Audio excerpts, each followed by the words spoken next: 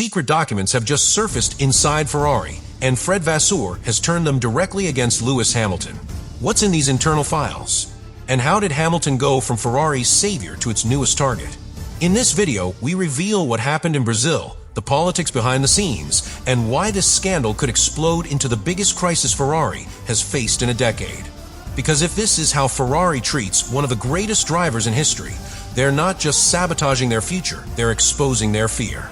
Subscribe if you believe Hamilton deserves respect. The Brazilian Grand Prix was supposed to be a rebound, a track Hamilton knows intimately, a circuit where he's delivered magic before. But from the moment the Ferrari rolled out of the garage on Friday, something was off. The car felt unpredictable sharp one moment, understeering the next. Hamilton reported poor grip mid-corner, unstable traction on exit, and erratic power delivery under acceleration. The car wasn't working with him. It was fighting him. And when a driver like Hamilton struggles that early, the root problem is never just surface level, it's systemic. By Saturday, those problems became impossible to hide. Hamilton barely made it through qualifying, and Sunday's main race felt like a slow-motion defeat. He dropped back. He struggled to overtake. He wrestled with tire, where that seemed out of sync with expectations. Ferrari engineers offered vague explanations. Wind sensitivity, tire warm-up window, driver confidence was even floated. But the truth was simpler: the car wasn't optimized, and Hamilton's input was being sidelined. The same input that helped Mercedes dominate for nearly a decade was now being treated as noise. Then came the internal fallout.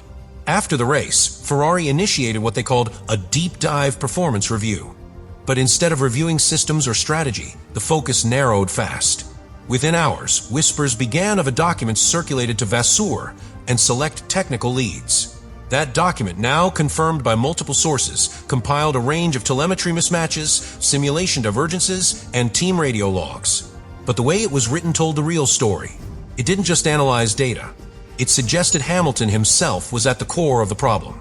The language was clinical, but the message was personal. It referenced non-aligned communication styles during briefings. It highlighted inconsistencies in adaptation to pre-race strategy updates. In other words, Hamilton was being painted as unpredictable, a misfit in Ferrari's controlled, structured system. This wasn't an engineering review. It was a character evaluation, dressed up in technical jargon. And when Fred Vasseur read it, his tone reportedly changed. One source quoted him saying, "This isn't sustainable." Another, "He may not fit here after all." Hamilton, for his part, kept his head down. No blame, no excuses. He showed up to the debriefs. He answered media questions with professionalism. But inside, the shift was undeniable.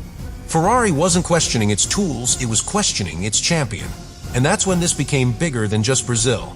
This was a signal that Ferrari, under pressure, reverts to protecting itself even if it means alienating the most experienced, decorated driver on the grid.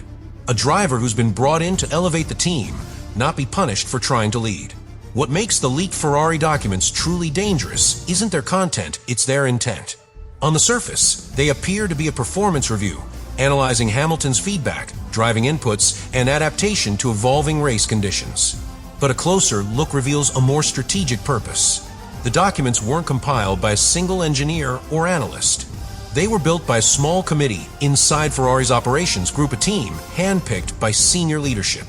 That fact alone changes everything. This wasn't data collection. It was narrative control. Sources close to the team suggest the file was fast-tracked after the Brazilian Grand Prix, not because of any technical breakthrough, but because frustration was boiling over behind closed doors. Ferrari had promised a competitive car for Sao Paulo. What they delivered was an unstable platform. Instead of addressing those failures directly, internal factions began pointing fingers. And Hamilton, being new to the team, without deep-rooted allies in the Maranello hierarchy, became a convenient target. He was experienced, outspoken, and above all unprotected. The language inside the document reveals that intention. It subtly undermines Hamilton's authority without ever outright accusing him of failure. It uses phrases like external methodology conflict, nonlinear adjustment demands, and dissonant race-aircraft interpretations. These aren't performance metrics. They're character judgments. The aim wasn't to diagnose a car problem. It was to raise doubts about Hamilton's fit within Ferrari's culture, a culture that, despite years of setbacks, still resists outside leadership. This pattern is not new for Ferrari. Throughout its modern history, The team has struggled with strong, independent drivers who challenge internal systems. Fernando Alonso, Sebastian Vettel both brought experience, insight, and a hunger to rebuild. Both were eventually forced out after clashing with entrenched mindsets. Now it seems the same formula is being applied to Hamilton. The difference? Hamilton knows this playbook. And unlike those before him, he has the global stature to turn the narrative back on Ferrari publicly, if he chooses to. It's also important to understand who benefits from this internal pressure. Some within Ferrari's leadership see Hamilton as a threat, not because of his performance, but because of his influence. He brings external scrutiny, international attention, and a new level of transparency to a team that has historically functioned best behind closed doors.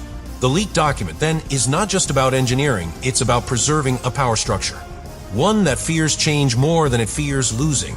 Lewis Hamilton has never needed to raise his voice to control a situation. In the days following the Brazil disaster and the emergence of the secret documents, his reaction was almost unnervingly calm. No defensive comments. No pushback in the press. No social media hints. Instead, he carried himself with the same composure that has defined his entire career. To the outside world, it looked like silence. But to those who understand how Hamilton operates, it was a calculated move, the kind of strategy only a veteran with nothing left to prove can execute with total confidence.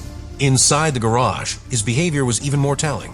Hamilton continued to sit in every meeting, listen to every briefing, and contributed to every technical discussion with the attention of someone preparing for a championship run, not someone under political attack. He took notes, asked direct questions, and made sure every piece of feedback was recorded. He wasn't withdrawing, he was documenting. Because Hamilton knows something Ferrari was slow to recognize, that the truth always comes out, and the one who stays composed will always look like the adult in the room. Crucially, Hamilton's silence was not isolation. He continued working closely with his race engineers, building trust and forming new routines despite the chaos around him. His conversations were focused on performance, not politics. Where others saw controversy, Hamilton saw opportunity, a chance to understand how deep Ferrari's structural issues run. He treated the scandal not as an insult, but as a window into the weaknesses of the organization he had inherited. And that difference in perspective gave him an advantage that no leaked file could undermine. What makes Hamilton's reaction so powerful is that it highlights a fundamental contrast between him and Ferrari's leadership. While Vasseur's camp scrambled behind the scenes, trying to contain the fallout and control the narrative, Hamilton stayed exactly where he needed to be: visible, prepared, and professional. His calmness magnified Ferrari's panic. And as journalists, analysts, and fans compared the two responses, the narrative quietly shifted.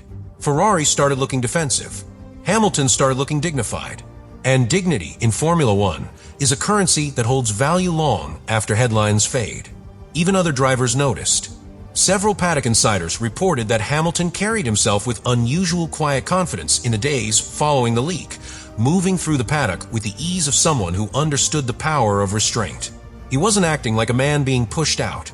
He was acting like a man taking mental notes and waiting. Because Hamilton's greatest strength has always been timing. He knows when to speak. He knows when to listen. And he knows exactly when the track will tell the story better than he ever could.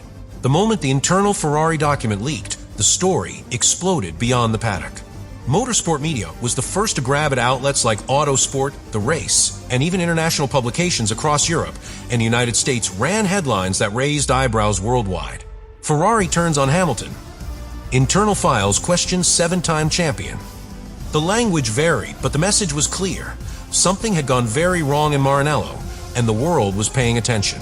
Within hours, fans, journalists, and former drivers were demanding answers. Public reaction was swift and almost universally against Ferrari.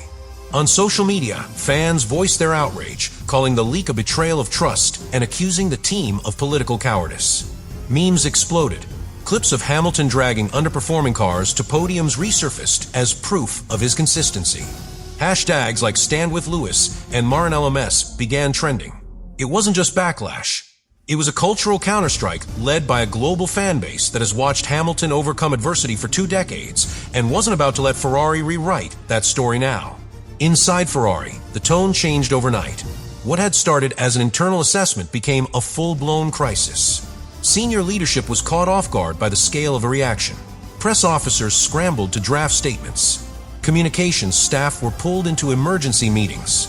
Meanwhile, Vasseur, who had expected internal alignment, was suddenly isolated. He hadn't just opened a strategic front, he had ignited a public firestorm. And now, rather than steering the team, he was stuck explaining why Ferrari would publicly undercut its most high-profile driver. And Hamilton? He stayed silent. No reaction, no post, no comment. But his silence now had weight. The lack of denial became power. The lack of anger became restraint. Every second that passed without a word from him made Ferrari look more defensive. And in that void, the public made up its mind. This wasn't a team managing a problem. This was a team panicking in front of the world. And every camera, every microphone, every headline was aimed at the same question: how did Ferrari let this happen? Even inside Formula One's inner circle, the reaction was sharp. Former champions criticized Ferrari's handling. Ex-Ferrari personnel spoke anonymously about similar issues in the past documents: scapegoats, quiet dismissals. It painted a picture of a team caught in a loop, hiring brilliance, then rejecting it when it challenges old systems. In contrast, Hamilton looked like the grown-up in the room, a professional trying to elevate a team that clearly wasn't ready to be elevated. The narrative had flipped, and Ferrari had flipped it on themselves.